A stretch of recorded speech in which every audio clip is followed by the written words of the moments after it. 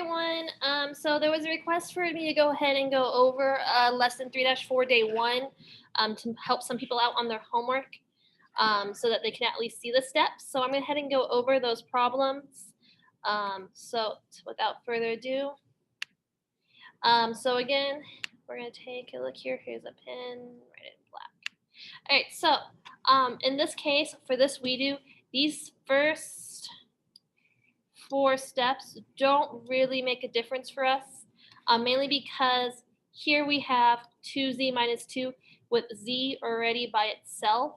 So the whole goal here is to solve for every variable. Well, this makes it easy for me to go ahead and solve for z. So we have 2z equals -2. I'm going to go ahead and divide everything by 2. And now we have z equals -1. So from here, I need to go ahead and solve for another variable. And when I'm looking at my other 2 equations, I notice that the second equation here has z and y only. But since I know z, I can substitute that in on the second equation and solve for y. So let's go ahead and do that in another color. I'm going to do it in red. So I have 2y plus 5, z equals 7. And so, but I know z is -1.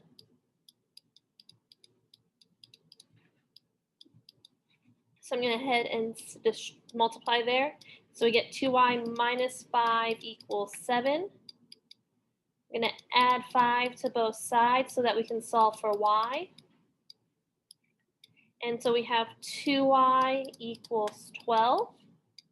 To get y by itself, I'm going to divide by 2. And y equals 6. And then for our last one, we're now going to head and plug in 6 and -1 into our first equation so that we can solve for x. So we're going to head and do that in green. So we have 4x plus 5 times 6 plus 6 times -1 equals 4. So then we're just going to simplify as much as possible. We get 4x plus 30 minus 6 equals 4. And so 30 minus 6 is 24. So we have 4x plus 24 equals 4. So now I'm going to head and subtract 24 from both sides. And we get 4x equals -20. And my last step is to go ahead and divide by 4. And we get x equals -5. So with that, that was when we solved for x, that was actually step 5 because we used the other 2 values to solve for that. So lastly, we're going to head and write our answer in a coordinate point. And so coordinate points, again, are always alpha order unless we're given a word problem and told otherwise for whatever reason. So our answer here is going to be -5, 6, -1 in parentheses. So that is how we go ahead and do this problem. Go ahead and rewind or pause as needed to take more notes to help you out anyway. All right, so I'm going to take a look at this next WeDo. We are actually going to follow quite closely with the steps that we have on the side now. What we have here is a 3-variable system, and we always want to make things in standard form whenever possible. So when we look at this example here, we have 3 terms in every, or we have 3 variables in every equation. So for standard form for us, we're going to have ax plus by plus cz equals d. So where a, b, and c are coefficients, and x, y, z are our variables, and d is our constant. So what we're going to head to do, we look at this here, and we see that they're in the same order, x, y, z, x, y, z, x, y, z. So this is done. This next step where it says I can identify which variable to eliminate, this is a personal choice. You just have to pick one and stick with it. In this case, it doesn't really make that much of a difference which one you pick.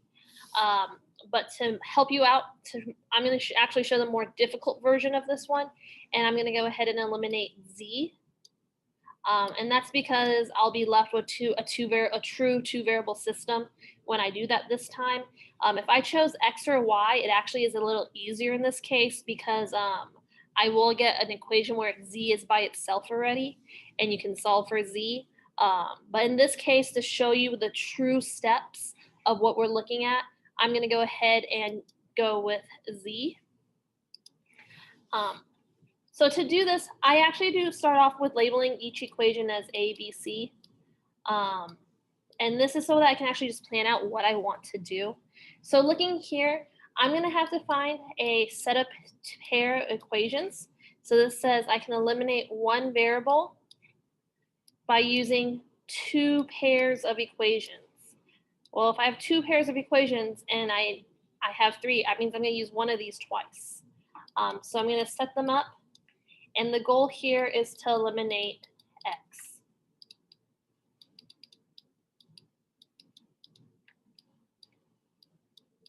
I'm sorry, not x. I'm eliminating z.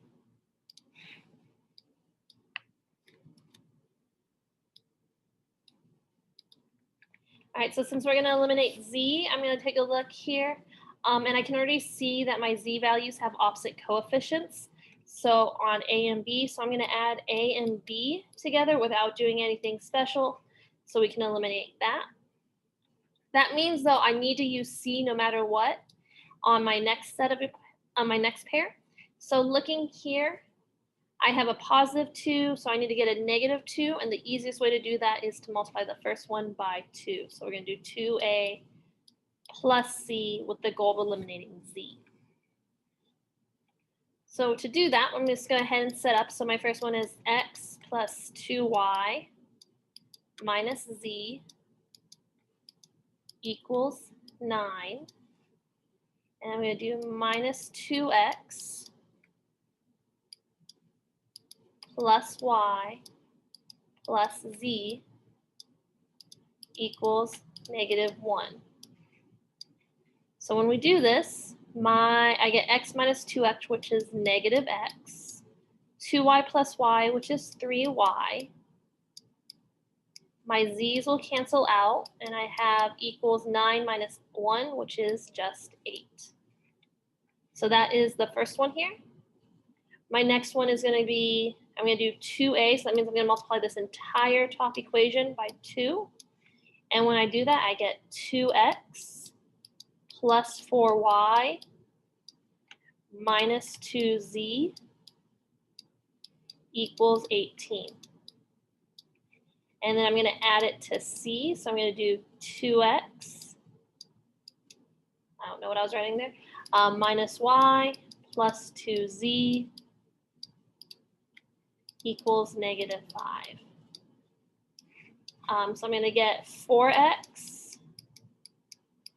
plus 3y, and my z's cancel out, equals 13. So that is my step 3. We went ahead and eliminated a variable.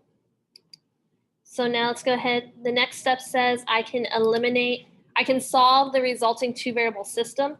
So this is my new system here. I'm going to call this equation D and equation E. So I can solve it. So the first thing I do is I'm probably going to go ahead and eliminate. And looking here, I see that I have 3y and 3y. So I just need to make one of them negative so that I'll have opposite coefficients. So what I'm going to go ahead and do is I'm just going to multiply the second one by a negative so that I can eliminate y.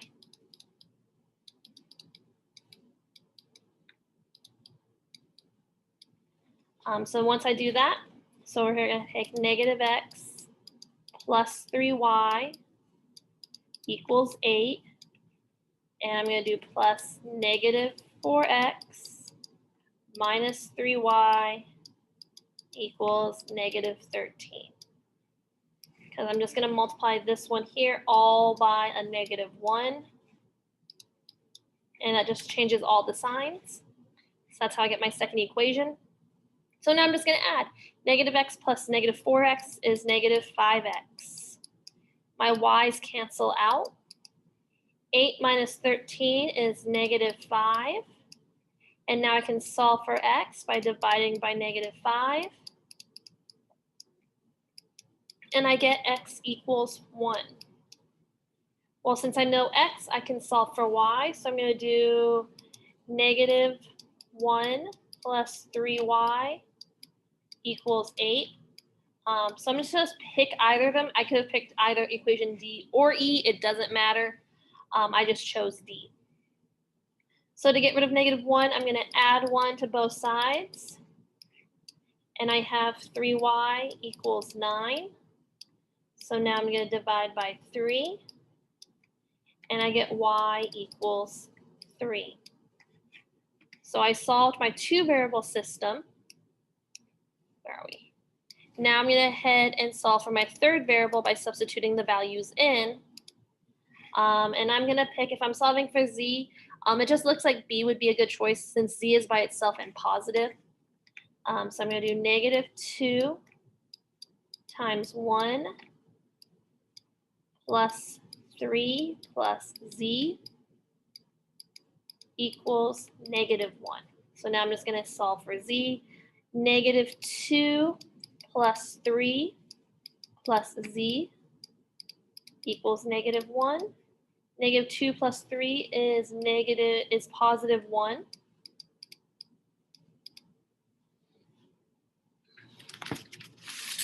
So I get 1 plus z equals negative 1. So I'm going to subtract a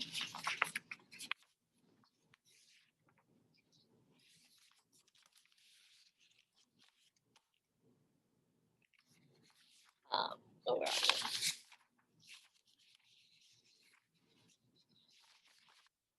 I'm going to head and subtract 1 from both sides. Sorry about that. Minus 1, and we get z equals negative 2. So now we're going to head and that has finished step 5.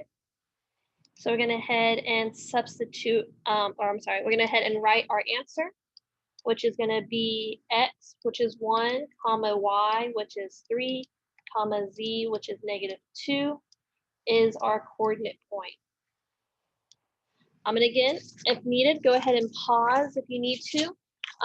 We're going to head and move on to now example number 3. So this one here, we're actually not going to follow these, again, first 5 steps. We're going to use substitution here. And that's because if you notice all 3 equations, none of them have a single variable in common. So because of that, you have to be a little creative and so that we can go ahead and solve this. If I look at my first equation, I can subtract 2x from both sides. And I get y equals 2 minus 2x. And on the second equation, I can add 3x to both sides. And I get z equals 3x plus 7, minus 7. And now since these are both in terms of x, I can actually substitute these into the third equation. And now I have negative 4. And instead of y, I'm going to put 2 minus 2x plus 3. And instead of z, I'm going to put 3x minus 7. And this will equal 22. So I'm just going to head and distribute our multiples. And when we do that, we're going to get negative 8 plus 8x plus 9x minus 21 equals 22. And I'm going to combine like terms to get 17x minus 29 equals 22. So now we're going to add 29 to both sides. And I get 17x equals 51. So now we're going to head and divide by 17. and we get x equals 3. Again, pause. Oh, I'm sorry. So now we're going to substitute these values into the two equations we have. So we have y equals 2 minus 2 times x, which is 3. That's going to get me 2 minus 6, which is just negative 4. And then for z, we're going to get 3 times 3 minus 7, which is 9 minus 7, which gets me z equals 2. So my final answer written as a coordinate point is 3, negative 4, 2 in parentheses. Again, pause as needed. If you need to go ahead and take notes or write this down. We're going to go ahead and look at our last example. So here we have a word problem. So this is a two-part in that you need to go ahead and write your system first and then find the solution. So here we have Amanda, Eric, and Sam sent a total of 75 text messages over their cell phones during the weekend. Eric sent 2 times as many messages as Sam. Sam sent 7 fewer messages than Amanda. And how many messages did they each send? So we're going to head and write our equations. The first thing you really should do is choose your variables. I'm going to choose A, E, and S to represent Amanda, Eric, and Sam. And I know they sent a total of 75. So if I add up all the messages, A plus E plus S, I'll get 75. The next thing we know is that Eric sent 2 times as many as Sam. So it means Eric sent, so that means E equals, and he sent 2 times, so it tells me 2 times S because we're comparing it to Sam. And then for our last equation, we have Sam sent 7 fewer messages than Amanda. So S equals 7 fewer means I'm going to subtract 7 from something, and I'm going to subtract it from Amanda. So S equals A minus 7. I now have another option here, which actually would help me out because the one thing all 3 equations have in common is that they have an S. So what I probably want to go ahead and do is have everything in terms of S. So what I'm going to head and do is I'm going to do, instead of having S equals A minus 7, I'm going to change it to A equals S plus 7. And I'm going to do that just by adding 7 to both sides. And now that way I have, like our previous example, we have in terms of one variable, I can substitute these in. So let's go ahead and do that in magenta. So instead of A, I'm going to write S plus 7. Instead of E, I'm going to write 2S. And I'm going to keep my original S here, and this adds up to 75. So S plus 2S plus S is 4 S's, plus 7 equals 75. I'm then going to subtract 7 from both sides, and we have 4S equals 68. So I'm going to head and divide by 4, and we get S equals 17. So that means Sam sent 17 messages. Well, for that now I can go to Eric, and I know he sent twice as many as Sam, so 2 times 17, which is 34. And now I know that, I can go ahead and answer for Amanda. Well, Amanda sent 7 more than Sam, so 17 plus 7, which is 24. And if I add up these 3 numbers, I will get 75 for me to go ahead and check it that way. So that would be my solution. Amanda sent 24 messages, Eric sent 34, and Sam sent 17. So that is the end of the examples being worked out. Hopefully this does help you, and I will talk to you next time. All right, bye.